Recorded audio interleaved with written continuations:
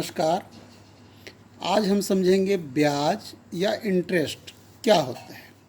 तो सबसे पहले देखते हैं कि ब्याज ब्याज किसे कहते हैं। किसी धन के उपयोग के बदले दिए जाने वाले या लिए जाने वाले अतिरिक्त धन को ब्याज कहते हैं। जब हम कोई धन या राशि किसी से लेते हैं अथवा किसी को देते हैं तो उस धन के अलावा जो धन दिया जाता है या लिया जाता है उसको कहते हैं ब्याज। तो जो धन लिया या दिया जाता है उसे क्या कहते हैं, मूलधन। और जितना अतिरिक्त धन दिया जाता है उसे कहते हैं ब्याज।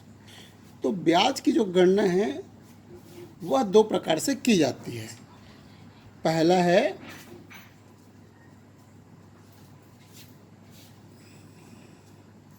साधारण ब्याज,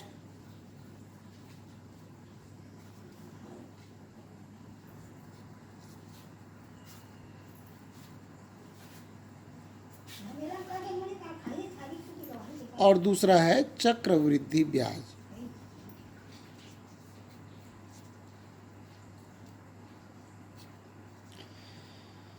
साधारण ब्याज की गणना से आप वैसे भी पूर्व में ही परिचित हैं। साधारण ब्याज बराबर होता है मूलधन गुणित दर गुणित समय गुणा समय बटे 100। यह साधारण ब्याज का सूत्र होता है। इसकी गणना इसी सूत्र के माध्यम से हम करते हैं। ये इसके बारे में आप पूर्व से परिचित ही हैं। चक्रवृद्धि ब्याज निकालने के दो तरीके हैं। साधारण ब्याज का सूत्र का उपयोग करके भी हम चक्रवृद्धि ब्याज निकाल सकते हैं और दूसरा उसके लिए एक अलग सूत्र का प्रयोग कर सकते हैं। तो सबसे पहले हम इसी साधारण ब्याज का उपयोग करके चक्रवृद्धि ब्याज निकालने के गणना करने के तरीकों पर विचार करते हैं। इसके लिए अब चलिए हम एक प्रश्न लेते हैं। 10,000 रुपये का 10% वार्षिक ब्याज की दर से 3 वर्ष का साधारण ब्याज व चक्रवृद्धि ब्याज में अंतर ज्ञात कीजिए। तो इसमें सबसे पहले हम क्या करेंगे, सबसे पहले हम इसका साधारण ब्याज निकाल लेते हैं। तो यहाँ पर प्रश्न में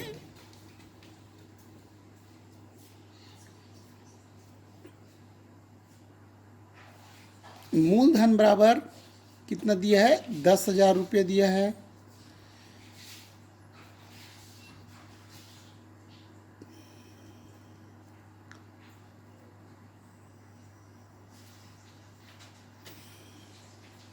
दर बराबर दिया है 10% और समय बराबर दिया है 3 वर्ष। तो साधारण ब्याज की गणना पहले करते हैं।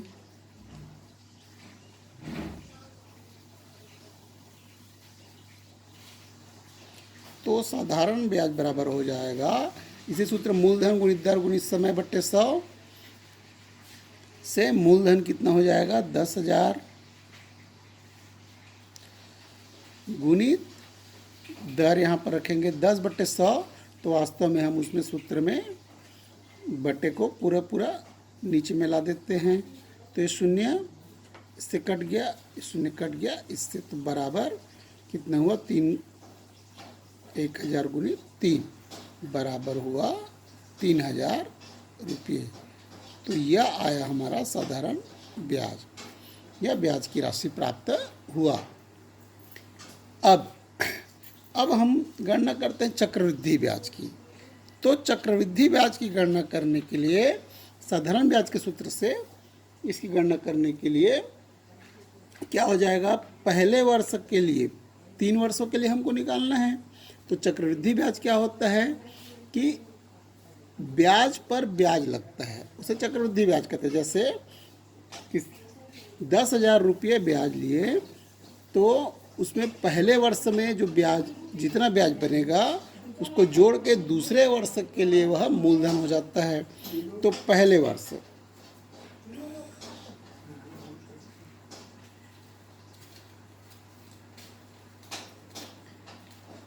पहले वर्ष का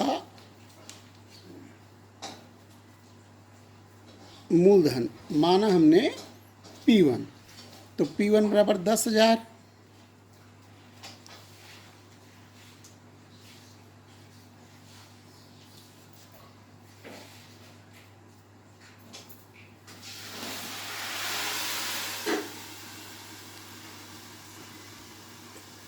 तो P1 मान लिया हमने पहले वर्ष के मूलधन को, तो ये है 10,000 रुपये। तो पहले वर्ष का ब्याज कितना हो जाएगा?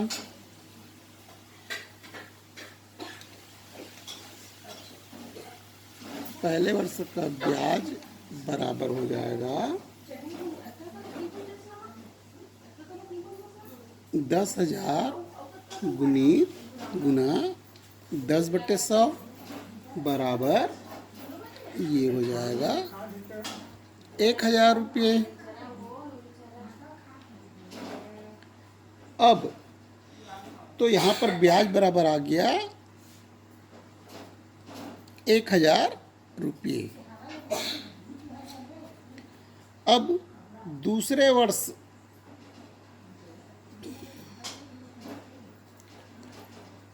वर्ष का मूलधन क्या हो जाएगा? मूलधन माना P2 है, तो P2 बराबर क्या हो जाएगा? P1 प्लस पहले वर्ष का ब्याज मान ले जाए, इसको हम मानते हैं SI1 मान लेते हैं। तो ये हो जाएगा P1 पहले वर्ष का मूलधन प्लस पहले वर्ष का ब्याज SI1, तो बराबर हो जाएगा यह 10,000 धन 1,000, तो बराबर कितना हो जाएगा? यह 11,000 रुपये।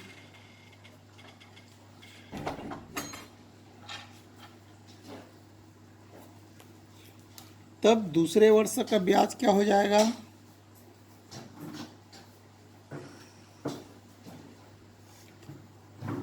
दूसरे वर्ष का ब्याज SI2 बराबर यह हो जाएगा 11,000 गुना 10/100, क्योंकि दर हमारा निश्चित है, दर 10% दिया हुआ है। ये शून्य से गया,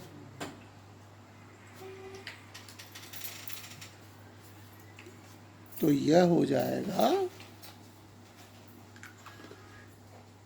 1,100 रुपये।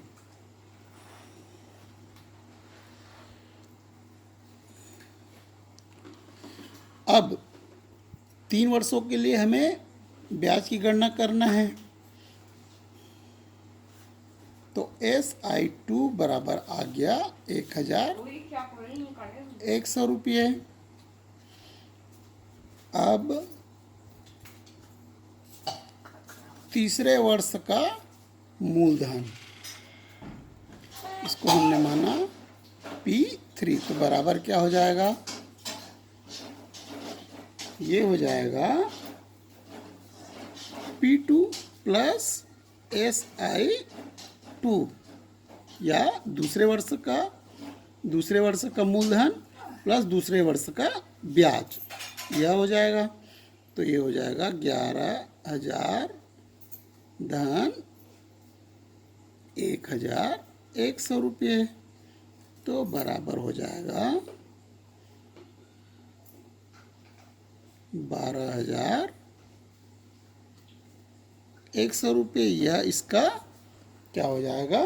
मूलधन हो जाएगा।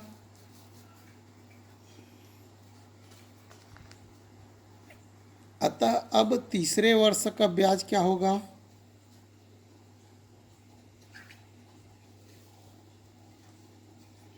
तीसरे वर्ष का ब्याज बराबर हो जाएगा, तीसरे वर्ष के लिए मूलधन 12,100 गुना 10/100, तो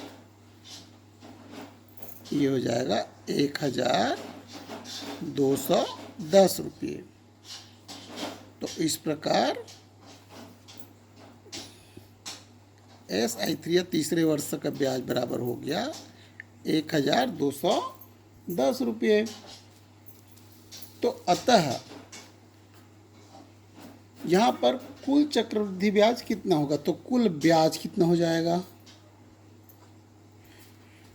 कुल ब्याज बराबर हो जाएगा पहले वर्ष का हुआ 1000 धन दूसरे वर्ष का हुआ 1100 धन तीसरे वर्ष का हुआ 1210 रुपये। तो बराबर यह हो जाएगा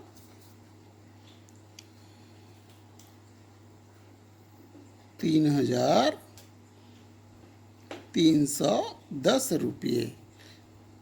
तो साधारण ब्याज के इस सूत्र के माध्यम से हम चक्रवृद्धि ब्याज इस प्रकार निकाल सकते हैं। अब हमारा प्रश्न कहता है कि 10,000 रुपये का 10% वार्षिक ब्याज की दर से 3 वर्ष का साधारण ब्याज व चक्रवृद्धि ब्याज में अंतर ज्ञात कीजिए। तो अंतर क्या होगा? साधारण ब्याज हमने निकाला तो साधारण ब्याज कितना आया? 3,000 रुपये और चक्रवृद्धि ब्याज कितना आया? 3,310 रुपये। तो अंतर बराबर क्या हो जाएगा? चक्रवृद्धि ब्याज ऋण साधारण ब्याज।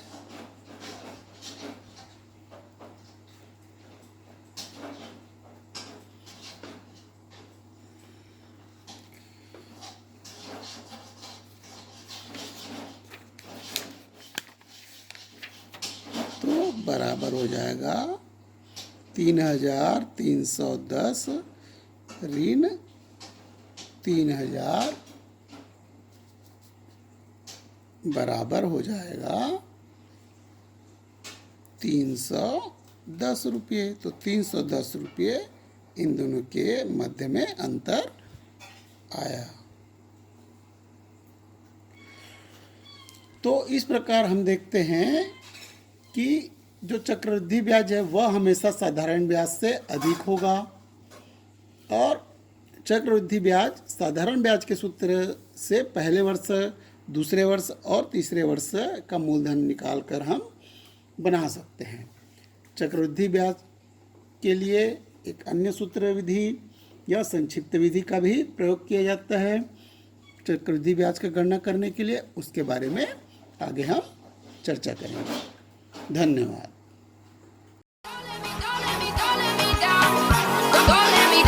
Don't let me down.